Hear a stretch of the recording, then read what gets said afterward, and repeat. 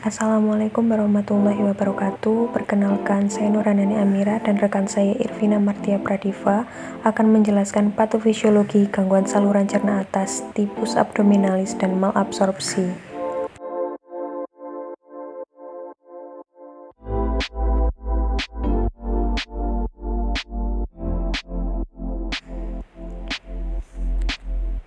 Yang pertama yaitu gejala dan tanda umum tipus abdominalis dan malabsorpsi.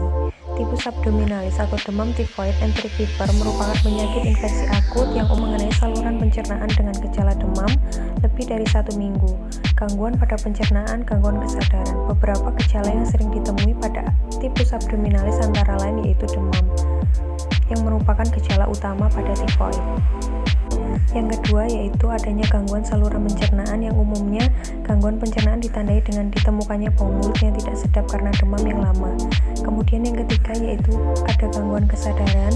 Umumnya gangguan kesadaran dapat berupa penurunan kesadaran ringan, namun didapatkan pula pada kesadaran apatis dengan kesadaran seperti berkabut atau tifoid. Dan yang keempat yaitu hepatosplenomegali merupakan pembesaran pada hati dan limpa. Pada bagian hati akan terasa kenyal dan nyeri tekan. Yang kelima yaitu bradikardia relatif dan gejala lain yang merupakan peningkatan suhu tubuh yang tidak diikuti oleh peningkatan frekuensi nadi. Patokan umumnya digunakan setiap peningkatan 10 derajat tidak diikuti dengan peningkatan frekuensi nadi 8 denyut dalam 1 menit.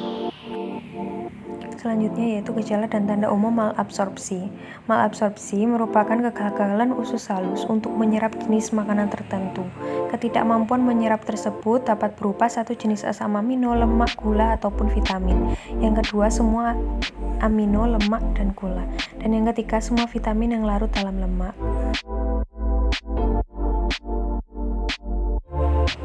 Etiologi tipus abdominalis dan malabsorpsi. Yang pertama, tipus abdominalis atau demam tifoid disebabkan oleh kuman Salmonella typhi atau Salmonella paratyphi. Salmonella menghasilkan endoktosin yang merupakan kompleks lipopolisakarida dan dianggap berperan penting pada patogenis demam tifoid, yang berperan juga dalam proses inflamasi lokal pada jaringan tempat bakteri yang berkembang biak dan merangsang sintesis. Selanjutnya yaitu etiologi malabsorpsi. Penyebab malabsorpsi adalah defisiensi pencernaan pankreas, infeksi mikroorganisme, kerusakan lapisan mukosa usus atau untuk lemak dan vitamin larut lemak, gangguan fungsi limfa atau empedu. Malabsorpsi laktosa dapat terjadi akibat gangguan penguraian laktosa menjadi monosakarida yang dapat diserap.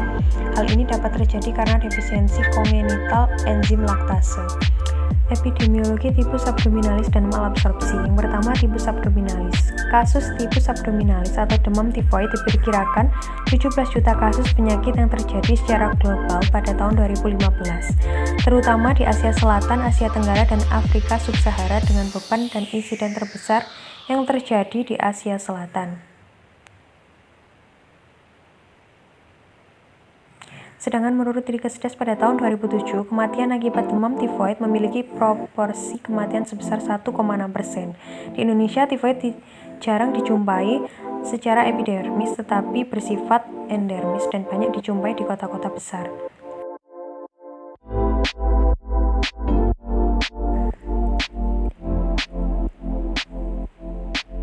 Selanjutnya, epidemiologi malabsorpsi. Prevalensi defisiensi malabsorpsi sekitar 68% populasi di dunia mengalami penurunan kadar enzim laktase hingga di bawah ambang batas normal pada usia 2 hingga 5 tahun dan sekitar 30% populasi tetap memiliki kadar laktase persisten.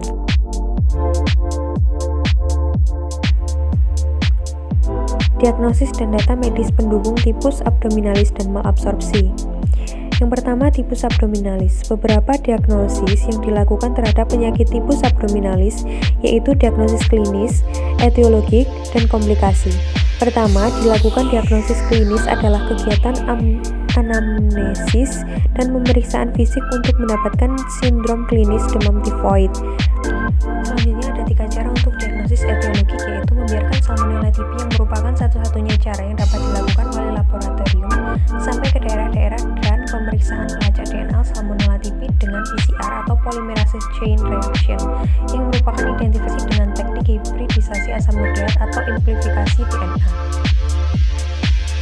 Diagnosis dan data medis pendukung malabsorpsi. Untuk menentukan diagnosis malabsorpsi dan menentukan penyebab yang mendasari, dokter akan melakukan tanya jawab seputar keluhan dan gejala serta riwayat kesehatan. Untuk menentukan penyebab dan memastikan perlu adanya pemeriksaan penunjang, yaitu tes darah lengkap, tes pernapasan, tes tinja, dan CT scan untuk melihat kondisi organ yang berperan dalam sistem pencernaan termasuk hati, pankreas, atau kantong empedu. Yang terakhir yaitu biopsi. Prognosis atau perjalanan penyakit tifus abdominalis dan malabsorpsi. Yang pertama, tifus abdominalis. Penularan salmonella pada manusia dapat melalui makanan atau minuman yang tercemar dengan feses manusia. Setelah melewati lambung, kuman akan mencapai usus halus dan invasi ke jaringan limfoid atau plaque player yang merupakan tempat predileksi untuk berkembang biak. Selanjutnya yaitu prognosis atau perjalanan penyakit dari malabsorpsi.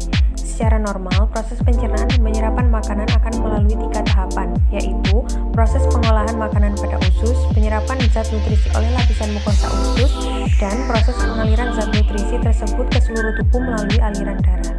Gangguan penyerapan akan menyebabkan timbulnya keluhan dan gejala yang beragam, mulai dari diare yang terus-menerus hingga malnutrisi. Selanjutnya, terapi tifus abdominalis dan malabsorpsi. Pertama, terapi dilakukan bagi penderita demam tifoid, antara lain penderita demam tifoid dengan gambaran klinis yang jelas. Sebaiknya dirawat di rumah sakit atau saat yang terdapat fasilitas perawatan yang bertujuan untuk mengoptimalisasikan.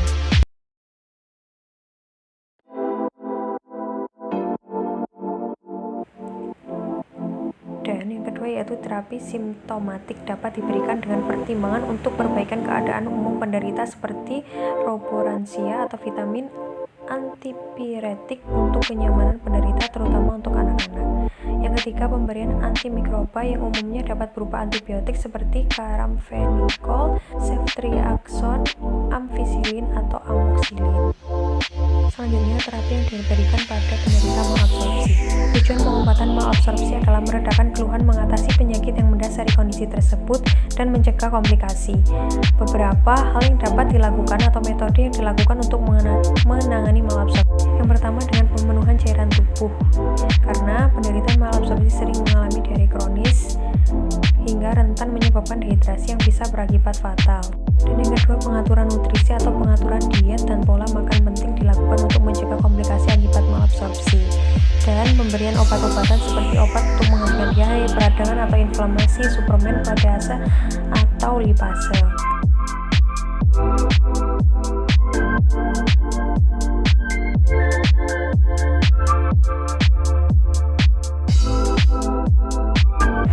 Dan berikut merupakan daftar pustaka yang kami gunakan.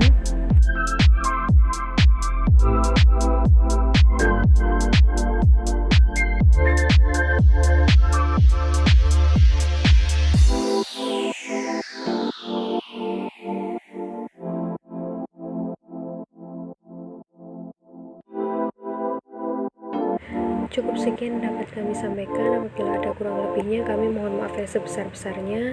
Terima kasih. Wassalamualaikum warahmatullahi wabarakatuh.